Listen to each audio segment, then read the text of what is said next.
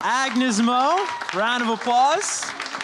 What's going on? I'm Kevin Kenny. Welcome to a brand new edition of the Build series here in New York City with Agnez Mo. We just saw Damn I Love You, the music video.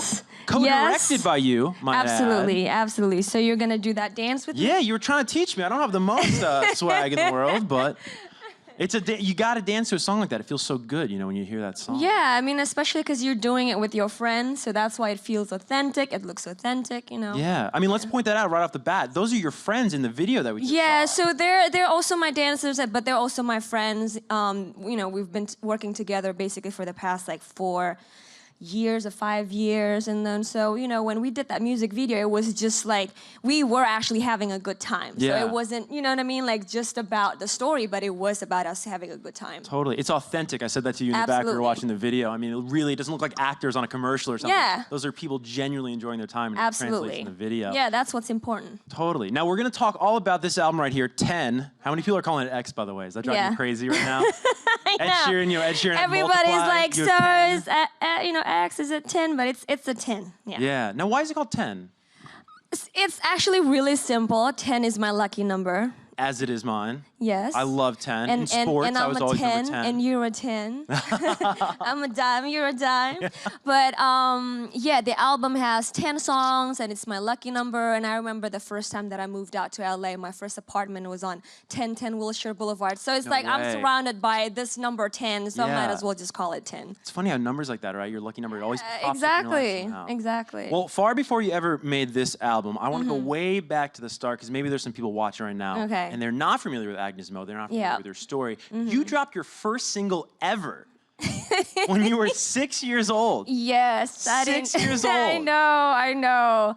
And it was kind of funny that you mentioned that, because you know, every time I had to introduce myself to some of the press here, they asked me, so, you know, tell me a little bit about yourself. I'm like, I don't know if it's gonna be a little bit, like, because it's gonna be a long story. Like, I started really young, so yeah. I mean, when I said I've been doing this my whole life, I've been doing this my whole life. Literally. Yeah, literally. Well, I gotta ask you, because I know, you know, everybody who's 6 years old, everybody here, we're walking around the house, right? We're singing whatever popular songs on the radio of the day. I sure was, right? But what was it about you and what you were doing around the house that made your parents say, okay, we gotta lay down a track or put down a single? You know, this toddler has something here. Yo, I mean, to be honest, I don't really remember how that happened, because both of my parents, they're former national athletes. Yeah. So what sports, by the way? Because I've heard that, but what sports? Table tennis and basketball. Wow. Yeah, exactly. Mom, dad, which sports? Mom, table tennis, dad, basketball. Wow. Yeah, but I'm not, you know, that tall. So Did you ever consider? Really? Yeah, right, exactly. Couldn't play center or power forward, right? Yeah, absolutely. But did you ever consider, you know, you're so talented in the world of music, so accomplished at this point in time, but with national athlete parents. I just feel like the dedication, the work ethics, you know, the integrity, the discipline, you know, I got that from my parents. I got it from my mom. and it is true, and you know, that's actually what helps me, you know, to become who I am now. It's because of the discipline. You know, it's not just about the glamorous life. And people think that, you know, to become a superstar, it needs to be about, you know, as long as you're on TV. You know, they made sure that it's not about that. It's about the, you know, how much work you put into your craft, basically. Definitely. Yeah. We see the flashy pictures on Instagram, right? But we don't see the hard work that goes into those pictures. Absolutely. And that's why I tried to stay true, even on my social media accounts. Like, I don't have any company to handle my social media. It's all me. You know what I mean? Cool to know. Yeah. And you are prolific on social media. I mean, millions, tens of millions of people follow you. I was telling you a story in the back, you know, every Monday over at Billboard, you count down the top 10 songs in the country. And I put out a tweet every Monday morning, like, hey, who do you think is gonna be #1 this week? And, you know, you get Ed Sheeran, you get Bruno Mars, you get Taylor Swift. The past couple weeks, ever since this album 10 came out, your fan army is going crazy. I get Agnez Mo, let's hear it. I mean, they are pretty amazing. They're incredible. They're incredible. I have to say that. you know, they're just dedicated in supporting me, and I think that's why I appreciate that so much about them. Some fans, you know, they're just, you know, following what's the trend now, what's trending, but no, they really support me. Totally. I mean, you're so inspirational to your fans. I think if I have to theorize, right, I'm new to the fan army of Agnez Mo, but you're so inspirational, and you said something recently in an interview that I want you to expand upon because I think it's really important, where you said when you're an artist that's not from the US and you come to the US, just immediately you're bigger than yourself. You stand and you represent for something larger than just you as an artist. Absolutely. Can you talk about that? Yeah, and especially because I guess when people look at me, right, and then they see, you know, my skin color, and then they see where I'm coming from, where I came from, where I was born, automatically they're gonna think that, oh, you're supposed to do this type of music. You're not supposed to do this type of music because you're not a part of the culture. But at the same time, it's like, but the thing is, that's what I grew up listening to. Like, I grew up listening to gospel songs. I grew up, you know, being a fan of Kirk Franklin and listening to gospel songs. And, you know, so when it comes to music, it's not just your skin color, it's not where you come from anymore, you know? It's so much bigger than that in a way that, you know, now people are, you know, the world is getting smaller because of music, because of social media. And when I'm here and then all of a sudden Timbaland believes in me and believes in my project, and then Danger, you know, Jim Beam, some of the names that I feel like, you know, so much bigger than me. Yeah. They believe in the project, and then when I, you know, basically share that story to my fans, they're like, oh my gosh, now you can actually make it happen. That inspires us to make, you know, our dreams come to, you know, come to reality as well. That's what makes me so happy. And there are a lot of perception thinking that, oh, Agnez just wants to go to the US because, you know, she wants to be more famous, but it's not even about that though. You know what I mean? Like, I just feel like to be the best, I have to learn from the best. And because the genre, like the music that you know, that I love is from here. You know, the producers that I want to work with is from, you know, they're from here. Then I'm here. Like if I want to work with producers from Africa, from like Thailand, from, you know, Europe, then I'm gonna be there. So it's not even about, you know, the fame or whatsoever. It's just about, you know, being a better person, a better artist, you know, learning from the best. And yeah, and constantly evolving, which you absolutely, absolutely, you moving forward. I'm glad you brought up Timbaland because to go along with how inspirational you are, and just a lesson to everybody here and anybody watching online right now, in that nothing is out of reach. Any dream is out there for you to achieve. Yes. I love this. It's so not cliche though. When you think about it, it's real. Yeah. Yeah. Well, I wanted to talk about the story that I read about where you were, I guess, 19 or 20, and I guess at that point in your career, you put together a list of people you wanted to work with. Absolutely. And at the top of that list was Timbaland. Yes. And I don't want to spoil the end of the story, but why was it Timbaland? Why was he somebody that was so important to you? Well, because I love his craft. I love his work. I just love everything that he touched, you know? And so I didn't want to settle with just a vision board. So I make a vision folder this thick. And Timbaland just happened to be the first, you know, the first name in that folder. And then in 2010, and I have to remember this because it was on my birthday, 1st of July, 2010. I got a phone call basically talking about how, you know, they want me to fly out to Miami to work with Tim. So I got my first starstruck ever when he came in the room. I was like, but yeah, of course, like I kept it cool. That's crazy. Yeah. I kept it cool. So I was like, yep, what's up, Tim? Yeah. Straight face. Yep. You know, you talk about these artists that you admire. I know you admire Timbaland, of course. You admire T.I., who was on a track of yours with Timbaland, Coke Bottle, of course. Justin Timberlake's another one. You guys have the same manager, you and Justin Timberlake. That must be wild. Did you ever think of that? Shout out to Johnny Wright, who's about to make my collaboration come true. Johnny? Yeah, hopefully, yeah. That'd be awesome. Well, JT is working on new music, as we pointed out, so it'd be cool. Maybe there might be a spot on that new album for Agnez Mo. And you know what? I think it's not just about Timbaland though. It's about everybody who's, you know, who's worked with me in the past and also in my album. You know, this one I work with Danger, who's an amazing producer, and he's an even better person. And also Jim Beams as my producer for Damn I Love You, and he also co-write the song with me. So, you know, I know that we keep talking about the big names, but the thing is, there are other people, you know, that's maybe not as big as Timbaland, not as big as Justin Timberlake, that actually makes the project come to life. Absolutely. And I have to, you know, take the time to say, you know, thank you so much for supporting my project and, you know, to believe in me when, you know, nobody else did. So yeah, that's special stuff. An artist that you've never worked with, to my knowledge, but I gotta have you tell this story here because I think it's hilarious. You were in Las Vegas. Oh my God, that's You know where I'm going with this. Now, if there's a city in the United States to go out in and experience the city, I gotta say it's probably Las Vegas. But Cardi B, oh my God. Any Cardi B fans in the house, by the way? Any Bodak Yellow fans? Oh yeah! We are in New York. But Cardi B, of all people, actually inspired you to not go out in Vegas one night in a roundabout way. Can you tell this story? This is great. Oh my goodness. I have to, oh, Helen, did you just tell him the story? Okay, that's probably my management telling you the story. Okay. So I'm a huge fan of Cardi B. I love her songs. I just love how real she is. And, you know, every time her music comes on, I would just like, oh yeah, I'm feeling myself right now. You know, one of my friends, he told me, so you know that Cardi B actually started from reality TV? And I was like, really? I didn't know that. Yeah, it's Love and Hip Hop. So, of course, I was in Las Vegas, and I had to finish the whole season. So that's what I did. So you just stayed in, you binge-watched Cardi B? Yep. Oh, my gosh.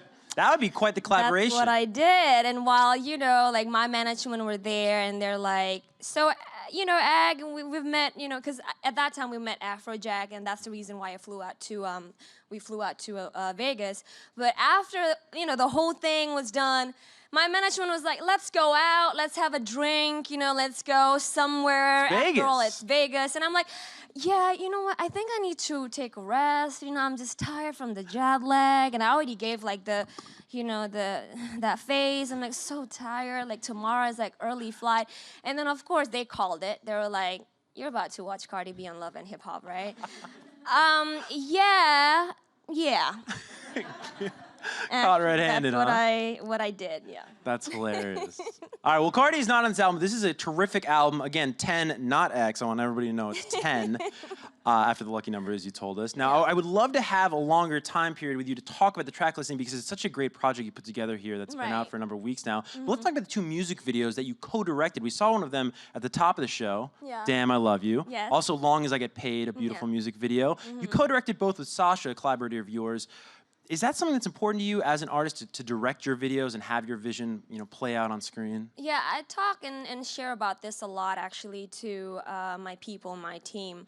So whenever I write something or whenever I record anything in the studio, it's not just the music. I already visualize how I'm gonna sing it and how I'm gonna sing it in front of the camera. So everything, you know what I mean? Everything is in a package, not just a song, but everything, like the visual and everything, I already pictured it in my head. So I just felt, you know, it would be so much easier for me to direct it rather than, you know, try to explain, you know, my vision to another person and then for them to do it and then I have to like jump on board and then do it, you know what I mean, like in the middle of but you know, it's just gonna be a mess because I tried that before and you know what I mean, like didn't work out. Yeah, it didn't work out. Totally. So that's what I did, and I just, you know, like this project is really personal for me. So, you know, when it's something super close to your heart and then when it's about you, it's about your journey, you have to make sure that, you know, whatever's portrayed visually is also about you. It's also about your emotion. And that's why when you look at Damn I Love You and Long As I Get Paid, it's never been just about how cool the visual is, but it's about the emotion. Totally. You know what I mean? Like, I want everybody to, you know, watch it and then feel a certain way.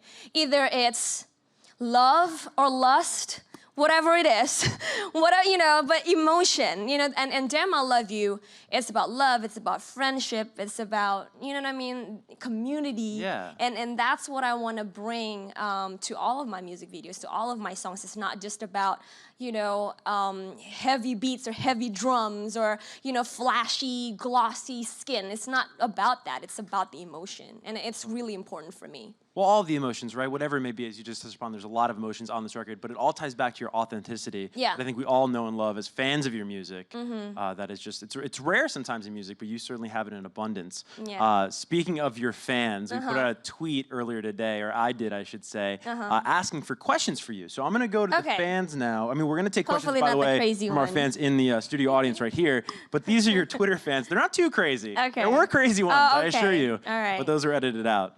All right, we have Isaac from Twitter saying, when are you going to release your third music video from the X album, and which one is it? And he said, thank you. So we have 2 out, as we mentioned, right, for as long as we made, and then...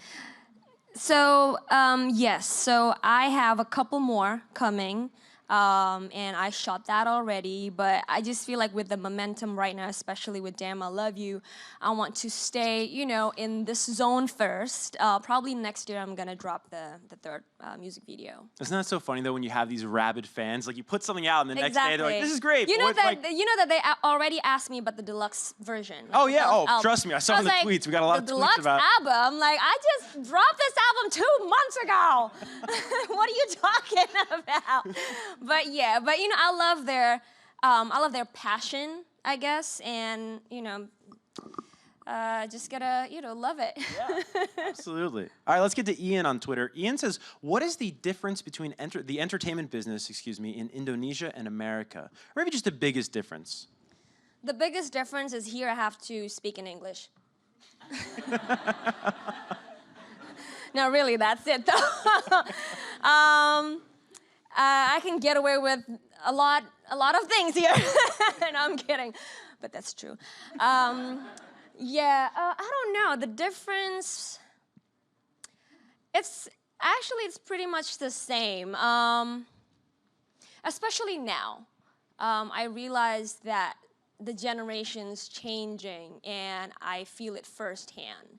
Because I'm also the coach for The Voice, and I was also the coach for the judge for Indonesian Idol. So I watched it firsthand how the generation's changing, And I think if you were to ask me that question, 5 years ago, then I would say, oh yes, totally, completely different. But now I feel like because social media, takes over our world basically, and people are getting, connected to each other so much more.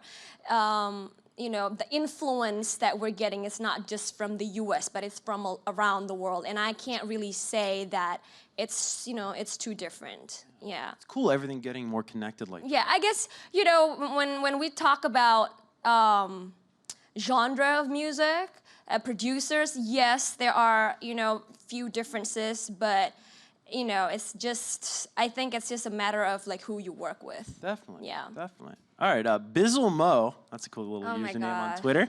Bizzle Mo, so I must know him then. Maybe. They must be my relative somehow. Same last name, go figure. Yep. Would you ever make a Christmas song or ballad anytime soon? This person says they miss your high note songs. Oh my God.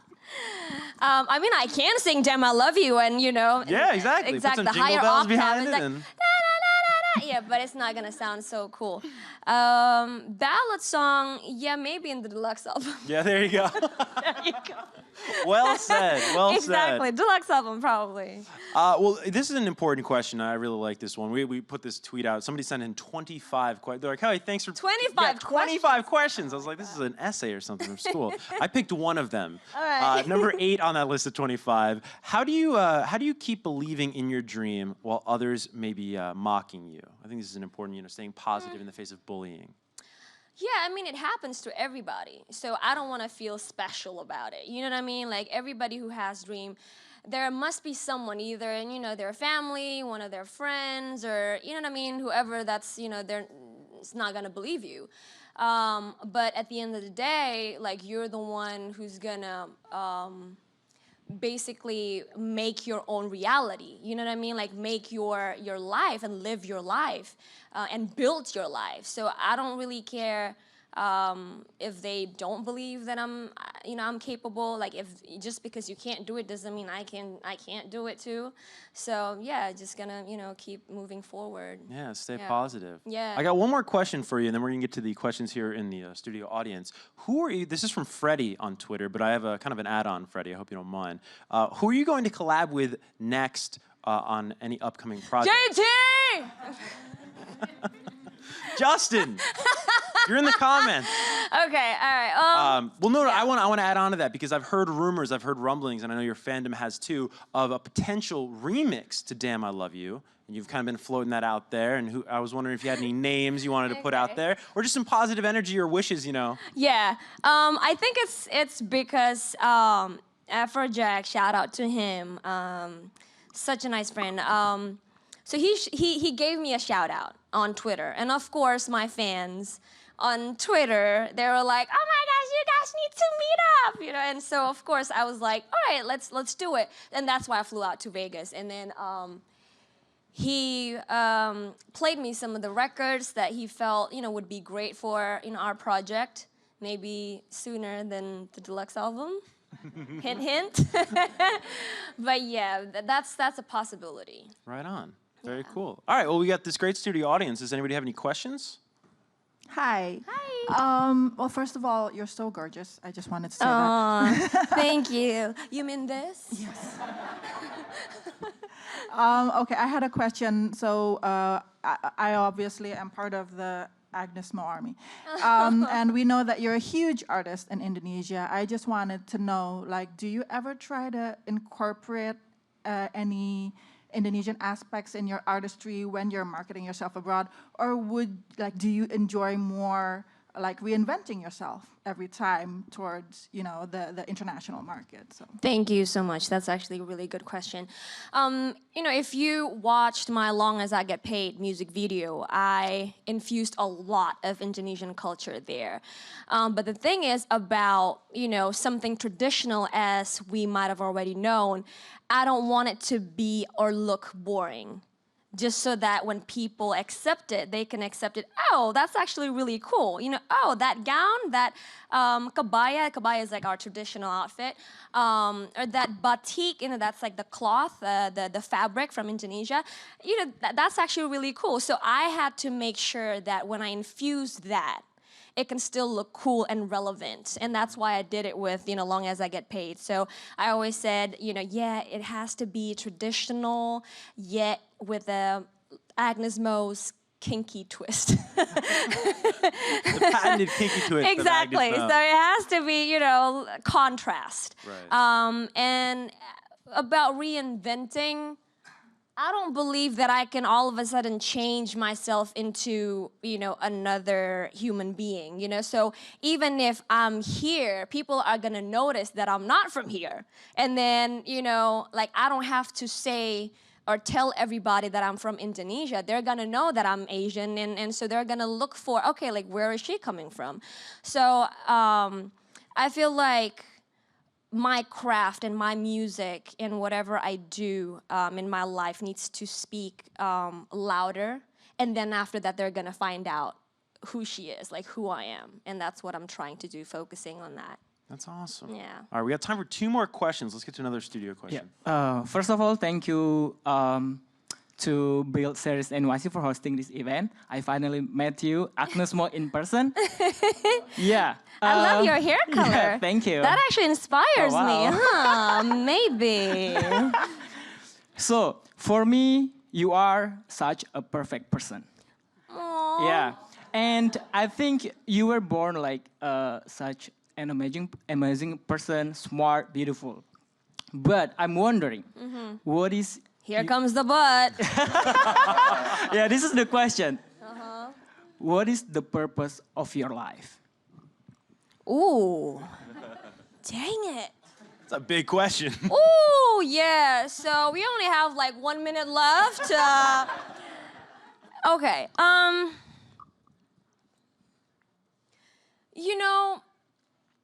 I believe that when you want to become an influence to somebody, a good influence, you have to start from yourself. I know that it's gonna sound cliche, but I don't believe in people just fronting and show that you're this just because you wanna be influential to people. Because then people are gonna think that you're a fraud, and then when you're not real, like we're smart. We're smart enough to know whether they're real or not. So in my life, I feel like every single day, every step of the way, I have to be a better self. I have to be better every day. Tomorrow I have to be Agnez Mo 2.0. The next day I have to be 3.0.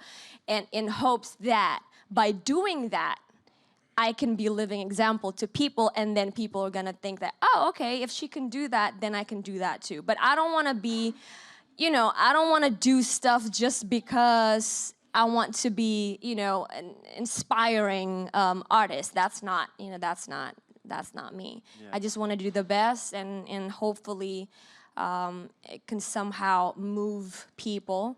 And I think that's what it is now. Yeah, it's got to come from a real place. Yeah, absolutely. That's, staying true to myself. And that's, sometimes people, ask me, so Agnez, why are you so different from, your artistry or like your craft 5 years ago? Of course I'm going to be different, because it's my journey. And what people need to understand is that artists are human beings too. Like, we evolve. Like, we learn from our mistakes and we become better. We become different, in a sense. So this is where I am now. But maybe in 2 years or 3 years, I might have come up with like totally different, craft or music, because that's where I will be that time. So it makes you so exciting as an artist. We got, I think, time for 2 more fan questions. Yes, hi. Hey, hi. I think I noticed you from the video reaction. Yeah, hi. I love it. Oh, thank you. I love the album, by the way. Oh, thank you. Top 5. Yeah. Level Up. Damn, I Love You. Oh, Beautiful yeah. Mistake. Oh, I know why you love Level Up. Because I said, when it's about to pop off, like yes. I said that. Of course you love that. Any future tour dates in America? Sorry. Yeah, so Johnny actually just mentioned it to us, a couple weeks ago, that he's gonna start the conversation with us, the internal meetings and the meetings with other people too in January. The reason why is because it's so close to Thanksgiving and Christmas. I truly believe that I need to be with my family, with my closest friends, and I don't want to be thinking about that. So we're gonna start the conversation in January. So hopefully we're gonna be able to do the tour next year. Yay. I like that. Yeah. That's going to be a big 2018 for you. Yep, absolutely. absolutely. All right, one more fan question. Where are we going? Right here. Hi, Agnez. How are you? Hi, I'm good. Thank you. I've been following you for years. Oh. I just want to have one question. Stalker can you mode. give us what is your tips for the next generations, Yo, these questions though, they're really serious. They're showing me up out here. Give me a break. Okay. No, but I love it. I love it. My tips, stay true to yourself. Because when you do that, you're happy with who you are. And when you're happy with who you are, you're not gonna, your energy is not gonna be down. When people try to talk shit about you, oh, can we say shit? Yep, I did say that. Okay, so yeah, so when people try to bring you down, there you go. There you go. When people try to bring you down, you're gonna have positive energy to just shake it off. Yeah. And it's true, because along the way, that's what you're gonna want to have in your life. Like, you just wanna be happy. I know, again, it's like a Hallmark card, but it's true, based on my experience. When I'm happy with who I am, when I'm happy with what I'm doing, I have the positive energy to just shake off the, the energy and the bad attitudes, the haters or whatever, and just, keep moving forward, and, level up. Level up. That's awesome. Yeah. Well, Agnez, thanks so much for paying a visit here at Build to New York City. It was Thank so you cool. so much. Round of applause more time, guys, for Agnez. Thank you. Right on.